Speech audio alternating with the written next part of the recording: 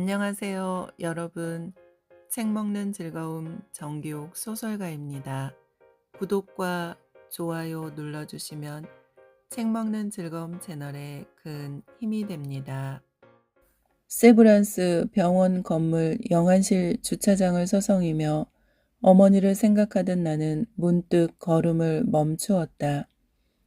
한 여자가 내 의식을 비끄러매며 다가왔다. 아까부터 지켜보고 있었어요. 이제 눈을 마주치시네요. 나는 그녀 마음에서 일렁이는 말을 들었다. 아주 오랜 길을 나를 만나기 위해 온 여자지 싶은. 그리고 육신의 말보다 마음의 말을 앞세워 사람을 꼼짝 못하게 하는 여자. 그녀의 표정을 조심스럽게 살피며 나 또한 마음의 말을 건넸다. 초면은 아닌 것 같은데 기억이 나질 않아요. 미안해요. 그녀는 내 마음의 말을 천상의 음악으로 들었다. 정상이 아닌 뇌파가 우리를 천상의 뇌파 감각으로 결속시켰다. 싱그럽고 풋풋한 표정으로 그녀가 말을 받았다. 선생님과 저의 만남은 기억이 나지 않는 것이 좋아요. 언제나 처음처럼 이렇게 시작해야 우리 둘만의 힘이 솟아요. 나는 어설프게 웃어 보이는 것으로 그녀의 말에 동의하고 시선을 옮겼다. 오늘은 황충상 소설가의 단편 소설 어머니의 몸 낭독해 드립니다. 어머니의 몸. 어머니의 눈은 검은 동공에서 항상 푸른빛이 솟았다. 검은빛과 푸른빛이 싸우는 눈, 그 눈이 지켜보았던 비정한 세상은 슬픈 싸움판이었다. 청상의 어머니는 그 세상의 슬픔을 아들의 아픔으로 알고 살아왔다. 무상한 세월이었다. 그런 중 어느 날 어머니는 훌쩍 하늘나라로 떠나버렸다. 3개월 전 철야 기도 시간에 하늘과 내통한 것이었다. 너무도 믿기지 않은 어머니의 죽음을 나는 무슨 수로 설명할 수 있을까? 죽음은 예술이다. 슬픈 죽음, 기쁜 죽음, 사고 죽음, 병고 죽음, 애도는 다를지라도 모든 죽음은 생을 완성시키는 종장이다. 그 생각을 아무리 꿰맞춰도 어머니의 죽음은 합당한 해명이 나오지 않았다. 건강하셨는데 친지들은 100세도 넘어 장수하리라고 어머니의 건강을 믿어 칭송했었다. 77세의 죽음이라니. 물론 희수도 짧은 생은 아니었다. 아무튼 죽음의 정황이 어머니의 신앙에 관련이 있게 나는 신의 답을 넘봐야 했다. 그래서 생리학적으로 믿음 생활의 방정식으로 나는 하나님에게 간구한 어머니의 기도에 대한 대화를 유추해 보았다. 하나님, 이제 이만 살았으니 부름받아도 여한이 없습니다. 하오나 아들이 임종을 지켜보지 않는 부름을 받고 싶습니다. 어머니는 간절히 기도하다가 그 기도가 하나님께 상달되어 그렇게 가셨다. 기도원 예배당에서 철야 기도하다가 앉은 채 소천한 태임 권사, 어머니의 운명은 기도원 성도들 말대로 축복받은 소천인가? 그렇다 아니다. 나는 어느 쪽으로든 단정할 수 없다.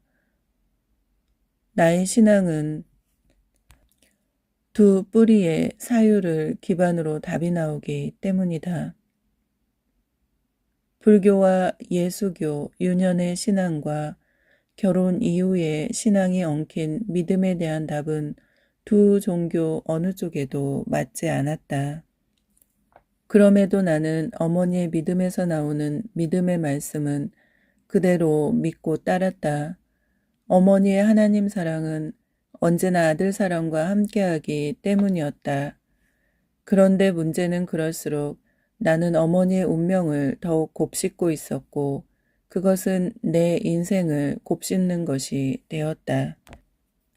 산 사람이 죽은 사람을 곱씹는다는 것, 그것이 정신질환의 일종이라고 진단 내려질 줄은 몰랐다. 나는 그새 주 1회씩 8번 정신과 전문의를 만나 상담하고 진찰을 받았다. 그러니까 어머니가 돌아가시고 한 달 뒤부터 병원에 다닌 셈인 것이다. 친구에게서 소개받은 의사는 나보다 한참 젊은데도 인생에 있어서는 나의 선배이고 스승이었다. 생각을 곱씹지 않는 생이 있을까요? 의사가 묻고 나는 대답했다. 없습니다. 그러시면 지금 집착하는 생각에서 벗어나십시오. 의사의 말을 쉽게 풀면 지나친 집착으로 씹히는 내 생각이 의식 무의식 속에서 짓물러 터지고 있다는 것이었다. 입안에 흥건하지만 무슨 맛인지 모를 생각. 그것이 설명할 길이 없는 인생의 맛인지도 모르겠다. 가끔은 씹히는 내 인생이 달고 생생할 때도 있었다. 그렇지만 그것은 그야말로 잠시 동안이었다. 솔직히 고백하자면 어머니의 영정이 내 방벽에 걸리고부터는 우울한 날들이 지속되었다. 그렇게 우울한 중에 씹히는 내 인생은 비 위를 뒤틀리게 하는 슬픈 짐승의 맛을 냈다. 그러니 어머니는 한 마리 슬픈 짐승을 키운 것이나 진배 없었다. 여보, 당신 수면제 너무 많이 복용하는 거 아니에요? 수면제가 아니라 정신 안정제라 했소. 이해할 수 없어요. 한번 마음먹으면 요지부동이던 당신 정신이 무너졌다는 거. 잠을 자고 안 자고는 마음먹기에 달렸다던 당신이 어쩌자고 약의 힘을 빌어 휴식을 취해야 하죠? 아내의 걱정하는 마음에 서서히 짜증이 스며들었다. 정작 짜증을 내야 할 사람은 내가 아닐까? 일상을 정상으로 이어갈 수 없다는 것. 아내의 말처럼 정신이 무너지고 육신이 혼곤한 상태를 점검하는 기마저 점점 약해지고 있었다. 어머니가 기도하던 중에 떠나버리듯 나도 내게서 떠날 준비를 하고 있는가? 나는 내 물음에 답을 주지 못하면서도 아내의 말에는 어떤 식으로든 대꾸했다. 그래요. 전혀 내 마음이 내 마음 같지가 않아 답답하고 괴로워. 특히나 불면증을 다스릴 수가 없어 미칠 지경이야. 아내는 무슨 생각에 매달리다가 힐끗 나를 바라보았다. 당신 닥터박을 믿죠? 환자가 의사를 믿어야지. 그런데 뭘 주저하세요? 어머니에 대한 속내 이야기를 몽땅 그대로 털어놓으세요. 그래야 해결책을 찾을 수 있다잖아요. 내 속에 어머니가 들어앉았다는 말을 하라고? 아내는 크게 고개를 끄덕였다. 하나님도 어쩌지 못하시는 모자의 정을 거두지 못해 아들의 꿈을 헤매시는 어머니를 말씀드리면 되잖아요. 나는 신경이 곤두섰다. 당신이 내 속에 들어와 어머니에 대한 꿈을 느껴보듯 말하는만 매번 가위에 눌리는 꿈이 어머님에 대한 악몽이라면서요. 사실이 그랬다. 그래요. 하지만 아무에게도 그 꿈을 공개할 수는 없다오. 이 말을 나는 차마 아내에게 할 수 없어 꿀꺽 삼켜 버렸다. 소화되지 않은 꿈은 번민을 낳고 나는 정신에 동공이 생겨났다. 아들아, 너는 어미를 안다. 내가 너를 알듯이. 어머니, 자신이 자신을 가장 잘 안다는 말은 터무니없는 거짓말입니다. 저는 어머님을 잘 모릅니다. 용서하세요. 너를 불면으로 치닫게 하는 어미에 대한 꿈 얘기를 의사에게 하거라. 어미에게 누가 되리란 걱정은 놓아버려. 누가 뭐래도 모성은 영원하다. 아무렴 그 영원한 어미는 해부학 실험실에 누워있다. 내가 누인 것이 아니라 어미 스스로 누웠단 말이다. 어머니, 차라리 이놈의 불효를 질책하세요. 어머니는 잠이 들려는 나를 휘저어버렸다. 내 의식과 무의식 저쪽을 수시로 넘나드는 어머니. 밤이 깊었는데 왜 자지 않느냐? 해가 중천인데도 아직 자느냐? 가만 내버려 두면 좋으련만. 어머니는 아들이 항상 깨어있기를 바랐다. 아니다. 어머니를 빙자해 나는 스스로 깨어있기를 바라는 것이었다. 나의 유녀는 경전의 말씀을 떠올렸다. 참 사람은 항상 깨어있다. 나는 그 말씀 속으로 걸어 들어갔다. 마침내 환청과 환시가 나타나면서 나는 혼돈 속으로 휘말려 들었다. 한 마리 슬픈 짐승을 키우기 위해 어머니는 당신을 순전히 희생하셨습니다. 세브란스 병원 건물 영안실 주차장을 서성이며 어머니를 생각하던 나는 문득 걸음을 멈추었다. 한 여자가 내 의식을 비끄러매며 다가왔다. 아까부터 지켜보고 있었어요. 이제 눈을 마주치시네요. 나는 그녀 마음에서 일렁이는 말을 들었다. 아주 오랜 길을 나를 만나기 위해 온 여자지 싶은, 그리고 육신의 말보다 마음의 말을 앞세워 사람을 꼼짝 못하게 하는 여자. 그녀의 표정을 조심스럽게 살피며 나 또한 마음의 말을 건넸다. 초면은 아닌 것 같은데 기억이 나질 않아요. 미안해요. 그녀는 내 마음의 말을 천상의 음악으로 들었다. 정상이 아닌 뇌파가 우리를 천상의 뇌파 감각으로 결속시켰다. 싱그럽고 풋풋한 표정으로 그녀가 말을 받았다. 선생님과 저의 만남은 기억이 나지 않는 것이 좋아요. 언제나 처음처럼 이렇게 시작해야 하나. 우리 둘만의 힘이 솟아요. 나는 어설프게 웃어 보이는 것으로 그녀의 말에 동의하고 시선을 옮겼다. 하얀 국화꽃으로 장식한 관이 영안실에서 들려나와 연구차에 실리고 있었다. 어머니의 시신이 그 관 국화꽃 위로 떠올랐다. 나는 환시에 사로잡히며 몸을 부르르 떨었다. 어머니 몸에 칼 들어갑니다. 어서 나오세요. 장지가 아니라 해부학 실험실로 보내버린 어머니의 시신. 나는 어머니의 환시에 멱살을 잡힌 듯 고개를 뽑아들며 되뇌었다. 어머니, 어서 나오세요. 몸에 칼 들어갑니다. 수련의들이 벌거벗긴 어머니의 몸을 들여다보며 수군거렸다. 너무 깨끗한 시신이야. 맑고 투명한 부패하지 않은 시신. 환청에 시달리며 집요하게 환시의 허상을 노려보는 내 시선을 그녀의 두 손바닥이 가렸다. 어머니의 시신 속으로 들어가려던 내 의식이 화들짝 놀랐다. 환시가 사라지고 그녀의 막진 손금이 보였다. 어머니도 막진 손금이셨는데. 보지 마세요. 명령으로 들리는 그녀의 음성.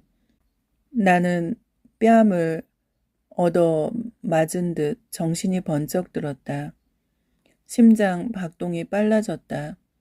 아무래도 내가 무슨 주술적인 시험에 들지 싶었다. 두 가지 의미로 새길 수 있는 그녀의 말. 어머니에 대한 환시를 보지 말라는 것인지 아니면 펼친 손금을 보지 말라는 것인지 아무튼 그녀의 심중을 제대로 읽자면 나는 마음을 가라앉히고 여유를 가져야 했다. 나는 속으로 깊은 숨을 내쉬었다. 서서히 마음이 가라앉고 숨결이 느껴지자 어머니의 환시가 사라졌다. 손금을 펼쳐 보이면서 보지 말라는 저희는 뭡니까? 그녀의 펼친 손이 주먹으로 바뀌었다. 작은 주먹이 만지고 싶도록 예뻤다. 그 손에 비밀스러운 손금. 그녀의 막진 손금이 뇌리에서 어른거렸다. 다시 손금을 보고 싶어요. 그녀는 주먹을 펴지 않았다. 나는 주먹을 만지작거리다 살짝 감싸지었다. 그녀가 내 손의 감촉을 느끼며 야릇한 웃음을 흘렸다. 이제 비겼네요.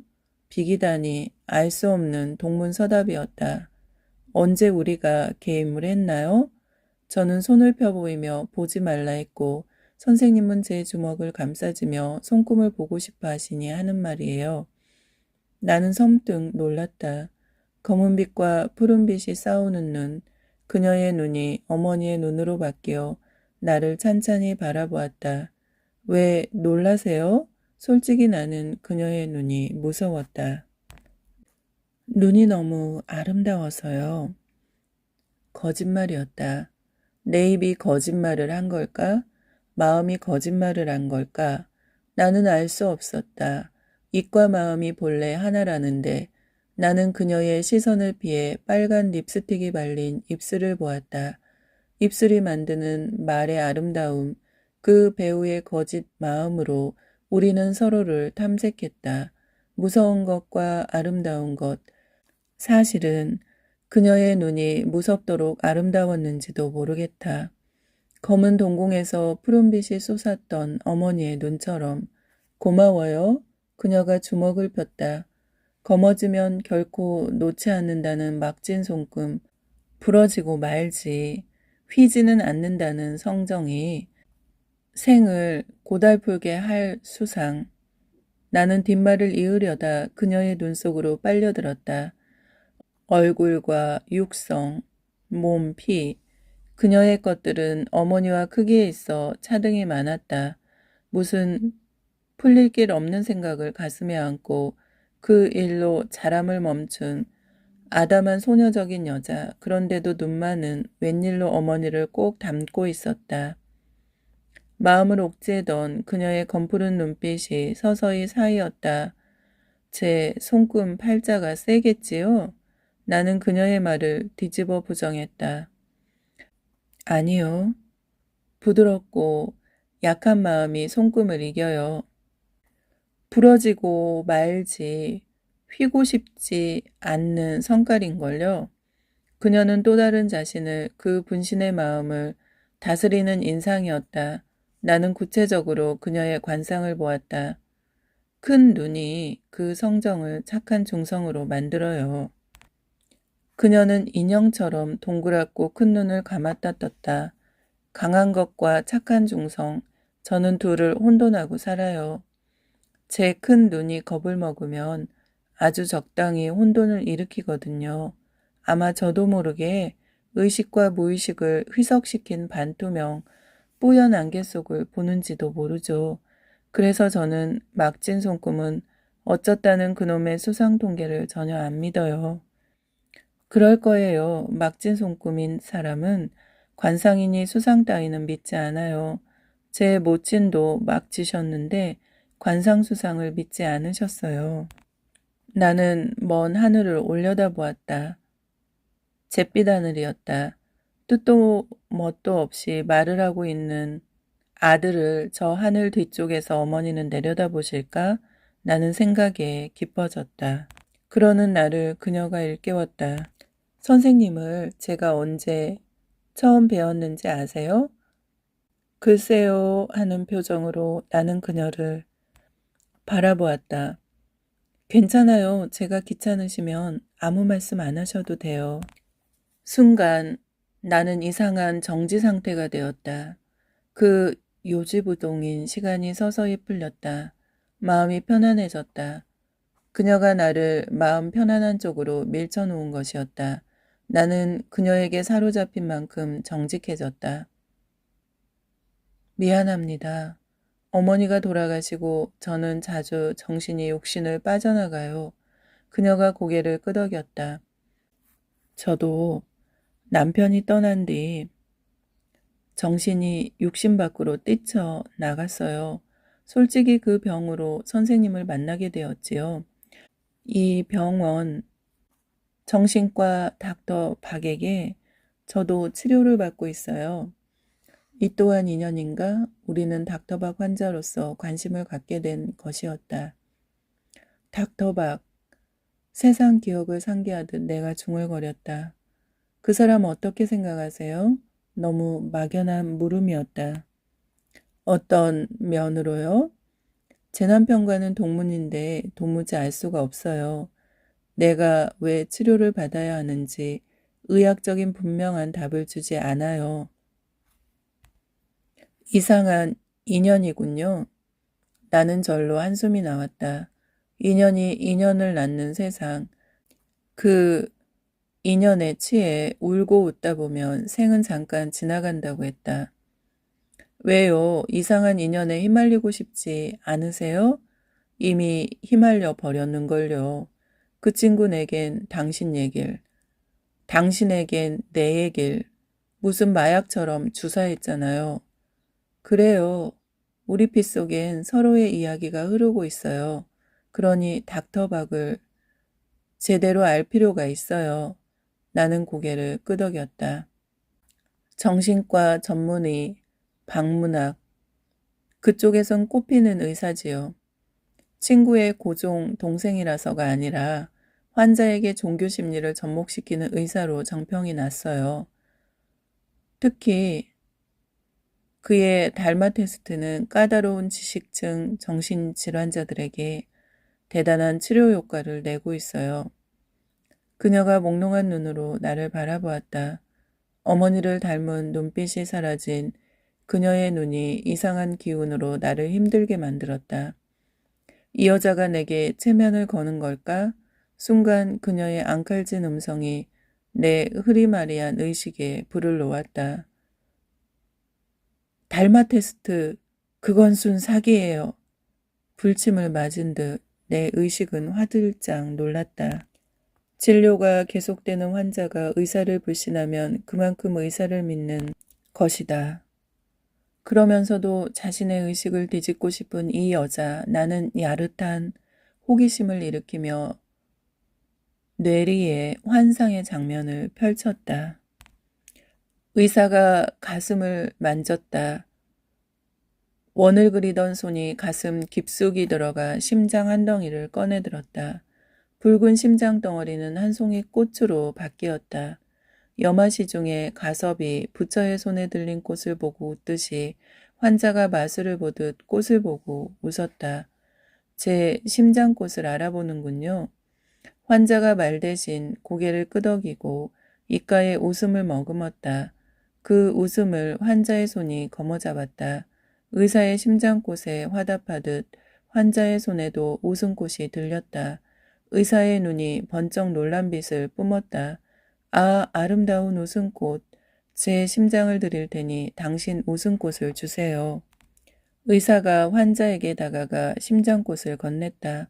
환자와 의사는 서로의 꽃을 주고받았다. 제 심장 냄새가 역하지 않으세요? 의사가 웃으며 환자에게 물었다. 아니요, 웃음 냄새가 아주 좋아요. 심장꽃이 웃음꽃 냄새를 내다니요. 그래요, 지금 선생님 얼굴이 웃잖아요. 의사의 표정이 굳어졌다. 그렇게 남을 속이려 들면 끝내는 자기가 속고 말아요. 환자의 눈이 검푸른 빛을 뿜었다. 무슨 뜻이죠? 지금까지 저는 환자의 잠재의식을 유도하기 위해 자연인인 내가 아닌 의사의 표정을 짓고 있을 뿐이에요. 그럼 이 심장꽃이 가짜란 말이군요. 그래요, 당신의 웃음꽃이 가짜이듯. 환자는 넉나간 얼굴로 의사를 바라보았다. 가짜를 너무 의식하지 마세요. 가짜가 진짜의 어머니인걸요. 환자의 얼굴에 넋이 돌아오고 웃음꽃이 피어났다. 의사는 환자에게 이심전심의 눈빛을 보냈다. 환자는 의사에게 정중히 목례를 하고 돌아서며 재채기를 했다. 환자의 손에 들렸던 심장꽃과 의사의 손에 들렸던 웃음꽃이 재채기 방망이를 맞고 어디론가 사라져버렸다. 심장과 웃음, 거기에 꽃자가 붙는 심장꽃과 웃음꽃 이야기다. 실험 연극의 한 장면처럼 선명하다. 그런 까닭이 있다. 의사는 닥터박이고 환자는 그녀이기 때문이다. 닥터박은 이런 현상을 연출하는 달마 테스트를 그녀에게 했고 황당한 체면심리 사기를 당한 기분이었던 그녀는 닥터박에게 따져 물었을 것이다. 재채기로 사라져버린 심장꽃과 미소꽃을 어떻게 설명할 수 있죠? 그런 현상의 답이 가능하다고 믿으세요? 그녀가 고개를 가로저었다.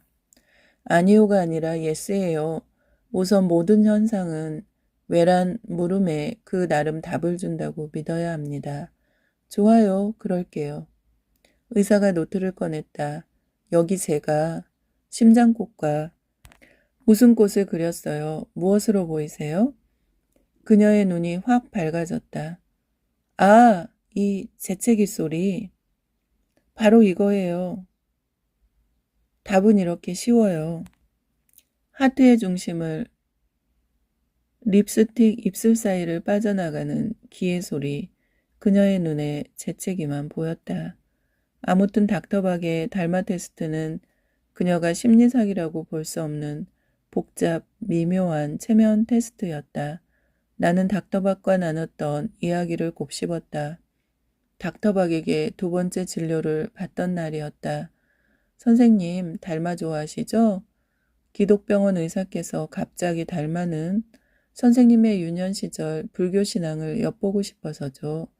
닥터박은 환자와 편한 대화를 만들었다.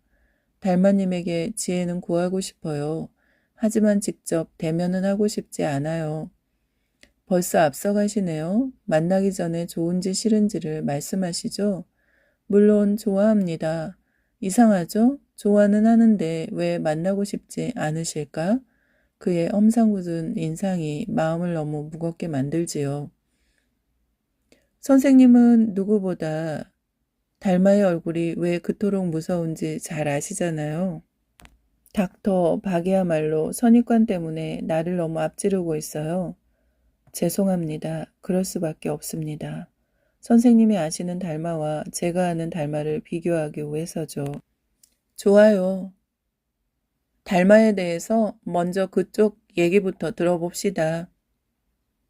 선생님, 저는 그림을 잘 못 그립니다. 달마 테스트 진료 상담을 위해서는 이렇듯 못 그리는 그림을 그려야 합니다. 닥터박은 내가 아는 달마를 유도해내기 위해 자기가 아는 달마의 초상을 그렸다. 그는 하트 모양을 그리고 그 속에 눈, 코, 입을 그렸다. 눈을 감고 웃는 달마의 얼굴이었다.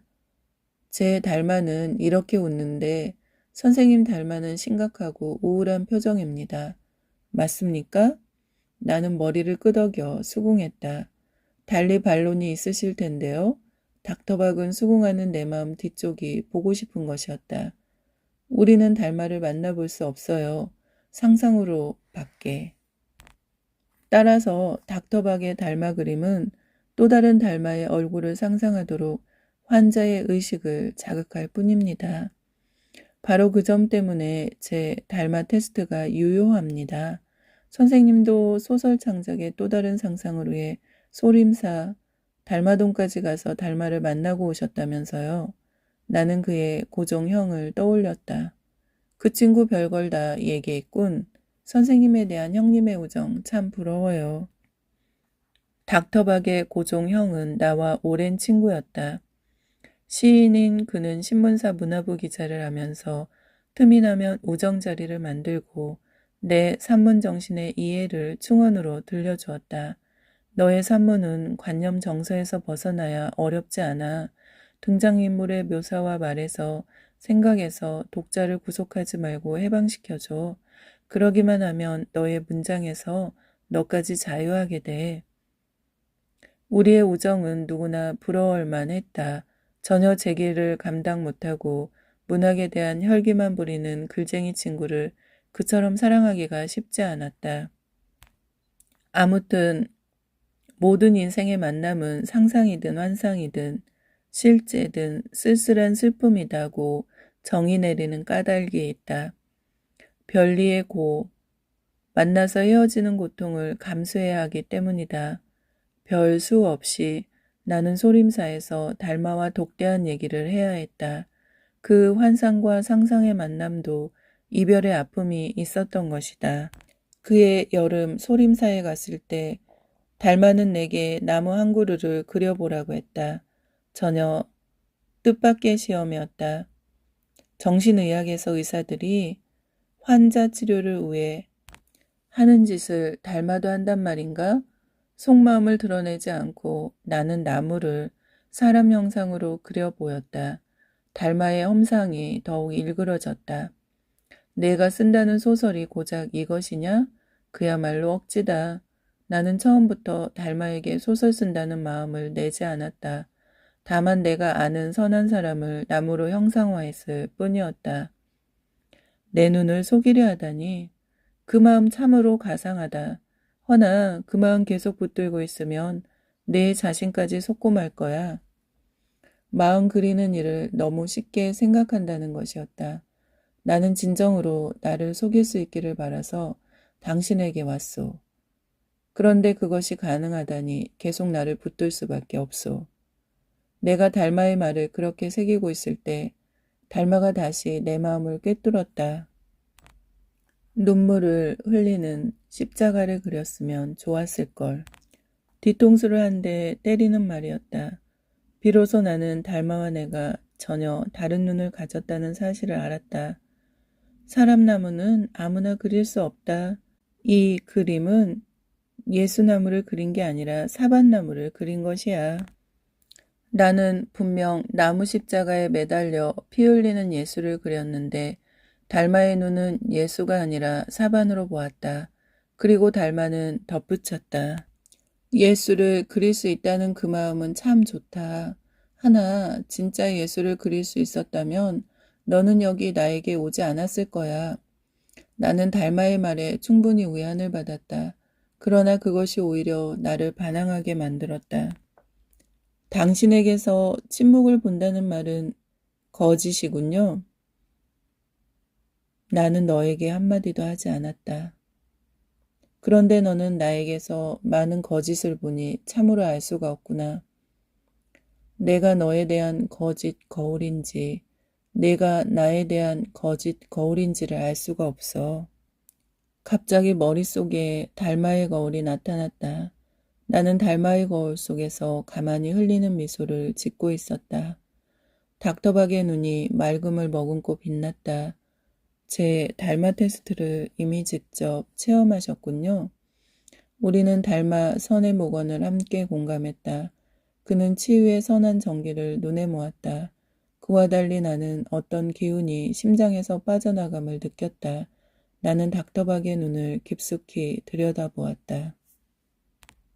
비로소 생각들이 정리되는 것 같아요. 다행이에요. 말씀해 보시죠. 환자는 어디까지나 환자다.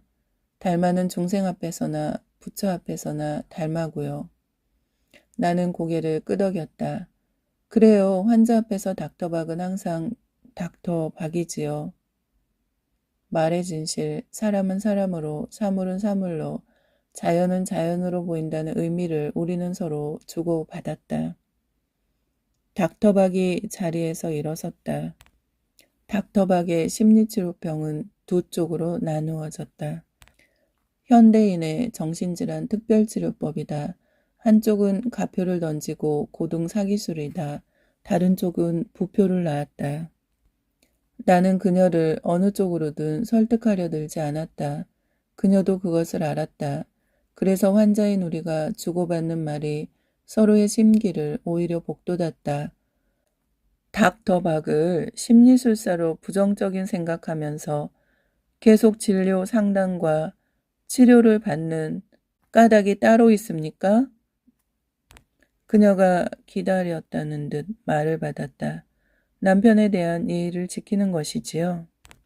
멀쩡한 아내를 환자로 보는 남편에 대한 예의라니 이해가 어렵습니다.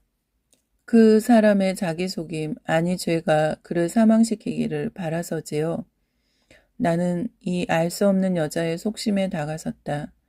부정적이고 무서운 말을 하는데도 얼굴이 참 맑습니다. 칭찬의 말인데 두 가지 색깔이네요.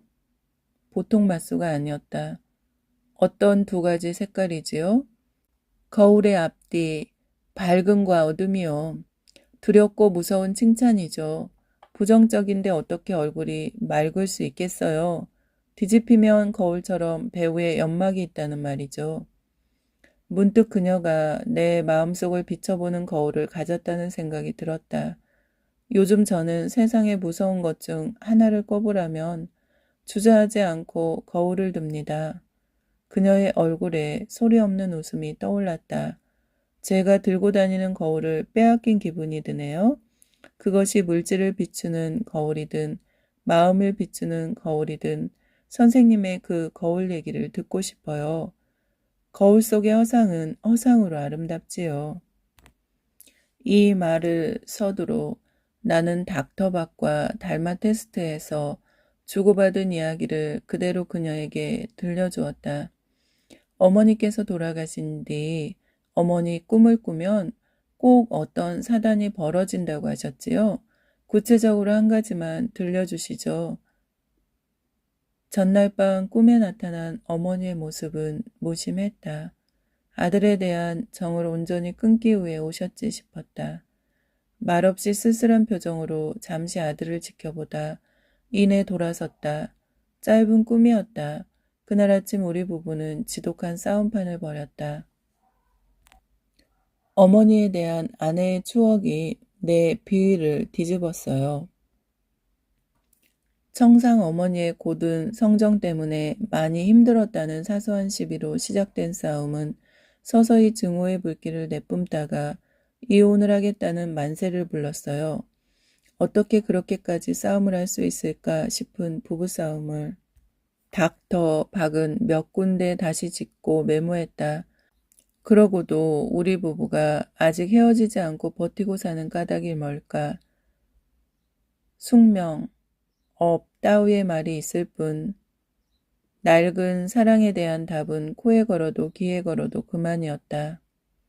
닥터박은 우리 부부싸움의 유형을 영구계통에 따라 분류하고 달마 테스트에 적용시켰다.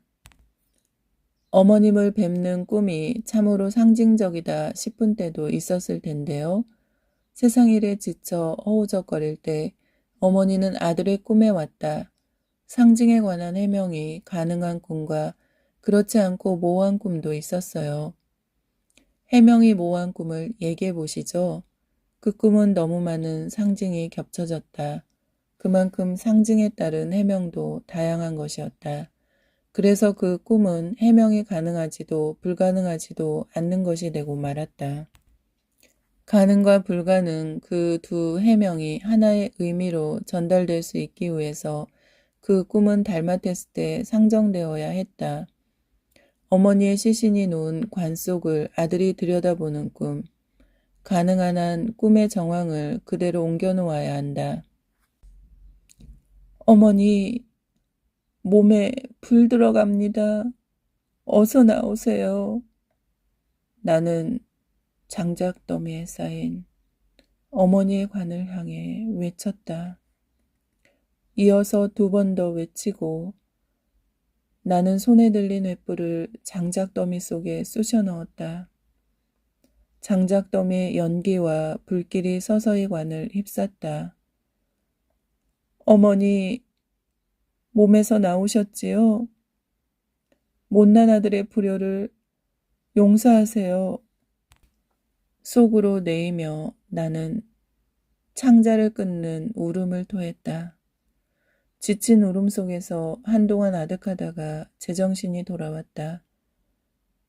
관이 다 타고 사이는 불길 속에서 승천하는 어머니의 모습이 보였다. 이놈아, 너는 울 자격이 없다. 나는 어머니의 호통을 기다렸다. 그러나 어머니는 끝내 아무 말 없이 자취를 감춰버렸다. 어머니, 나는 허공을 향해 외쳐 부르다 그 자리에 실신하고 말았다. 얼마나 시간이 지났을까 의식이 돌아왔다. 여기가 어딘가? 나는 두리번거렸다. 낯선 예배당 아니었다. 강대상 앞에 어머니의 관이 놓여 있었다. 장작더미 불길 속에서 다 타버린 어머니의 관이 왜 여기 놓여 있지? 나는 눈을 의심하며 관 쪽으로 다가갔다. 어머니 돌아오셨군요. 그래, 어미를 보려거든. 관뚜껑을 열어야지. 어머니의 음성이 관 속에서 들려왔다. 나는 조급한 마음으로 관뚜껑을 열려다 몸의 균형을 잃었다. 뒤로 나가 떨어졌다. 크게 엉덩방아를 찧은 나는 한참 아픔을 참느라 버르적거렸다. 그러는 사이 관뚜껑이 저절로 열렸다. 나는 겨우 일어나 관 속을 들여다보았다. 어머니의 시신이 들어있어야 할 관 속은 텅 비고 바닥에 깔린 거울에 넋이 뽑힌 내 얼굴이 나를 올려다보았다. 어머니, 당신이 사라진 관 속에 못난 아들이 있네요. 그렇게 나는 미친놈 헛소리를 중얼거렸다. 좋습니다. 이제 우리가 나눌 얘기는 죽음이란 무엇인가에 대해서입니다. 지난번에는 어머님의 죽음에 대해서 말씀해 주셨지요. 그 얘기와 이 꿈을 접목시켜 보십시다. 우리가 바라는 답을 얻을지도 모르죠. 닥터박은 내 기억을 상기시켰다. 어머니는 저를 떠나지 않았어요. 제가 보내드리지 않았거든요. 상식과 거리가 있는 말씀인데 제가 알아듣도록 이해시켜 보세요. 나는 체면에 걸린 사람처럼 그때를 기억해냈다. 어머니의 시신을 대학병원 해부학 실습실에 기증하고 장례를 못 치렀거든요. 그 자체가 거룩한 장례라고 여기십시오. 아무나 그런 용단을 내릴 수 있는 일이 아니거든요. 모친께서도 용기 있는 아들이라 칭찬하고 계실 거예요. 저도 그렇게 생각했지요. 한데 시간이 흐를수록 그것이 그럴듯한 명분을 뒤집어 쓴 불효라는 생각으로 바뀌었어요. 솔직히 고백하자면 장례 절차에 따른 번거로움을 눈 질끈 감고 피해간 폐륜이지요. 그 속죄 때문에 불면이신가요? 그렇습니다. 닥터박이 무정 나와 눈길을 마주쳤다. 이제는 그만 어머니 몸에서 나오세요. 어머님의 시신 속에 들어가 선생님 의식이 고통당하는 것 어머님도 바라지 않으세요. 정말 효도를 하시려거든 어머님에 대한 꿈을 불면의 꿈이 아니라 숙면의 꿈으로 꾸세요. 나와 닥터박 그리고 그녀 우리의 삼각관계를 곱씹는 그녀의 시무룩한 표정이 밝아졌다. 선생님, 닥터박 달마 테스트에 관한 생각을 바꿔야 할까 봐요. 나는 그녀의 손을 잡았다. 손바닥을 펴고 막진 손금을 따라 손가락으로 그었다. 그래요. 이 손금의 극단을 지나서 유연하고 또 유연하세요. 그러자면 닥터박의 달마 테스트를 믿어야 하겠네요. 닥터박이 달마 테스트 때 뭐라 하던가요? 그녀가 긴 한숨을 내쉬었다. 깊은 눈으로 나를 바라보았다. 맑고 천진한 눈이었다. 남편에게 돌아가기를 바랐어요. 나는 그녀의 눈길을 피했다. 선생님, 제 눈을 왜 피하세요? 저를 바로 보고 답을 주셔야죠. 우리의 있음에 대한 긍정이든 부정이든 그 답은 주인의 몫이지요. 나는 그녀를 똑바로 바라보았다. 그녀가 웃었다. 제 웃음이 어떤 웃음인지 알아맞혀 보세요. 주인의 웃음 아주 선하고 투명해요. 그럼 주인이 한 말씀 할게요. 어머니께서 착한 당신을 처음부터 용서하셨어요. 저도 달마 테스트에서 자유할 수 있다는 말인가요? 그럼요. 주인의 직관을 믿으세요. 누구의 주인을 말하는 겁니까? 모두의 주인이요. 그걸 어떻게 알고 단정하시죠? 제 영원한 주인, 여성성이요. 그녀의 작은 몸이 나를 꼭 끌어안았다. 나는 잠시 착각에 안겼다. 어머니가 나를 안고 있다고. 그때 아내가 저쪽에서 우리를 보고 쟁걸음을 놓았다. 그녀도 그걸 알아차리고 빠른 말을 했다. 저를 통하여 어머님께 가세요. 저는 당신을 통하여 남편에게 갈게요. 나는 그녀를 질식하도록 안았다가 밀어냈다. 그 사이를 아내가 비집고 들어섰다. 아내는 허둥대며 그녀에게 환자 남편을 이해시켰다. 이의가 제정신이 아니랍니다. 그녀가 큰 눈에 힘을 모아 아내를 질책하듯 쏘아보았다. 죄송합니다. 정신과 진료를 받고 잠시 친지를 만나는 사이에 그만. 나는 그녀에게 싱긋 웃어 보이며 덥석 아내를 안았다. 그녀가 아내 등 쪽에서 투명한 웃음을 내게 보냈다. 이거 보세요. 이이가 이렇다니까요. 여보, 아무나 보고 웃지 말아요. 아내가 그녀에게 목례를 하고 나를 잡아 끌었다. 그녀는 또 내게 웃음을 보냈다. 영원한 여성성의 웃음. 나는 그 웃음을 통해 어머니의 하늘을 향해 날아오르며 외쳤다. 어머니, 몸에 칼 들어갑니다. 어서 나오세요.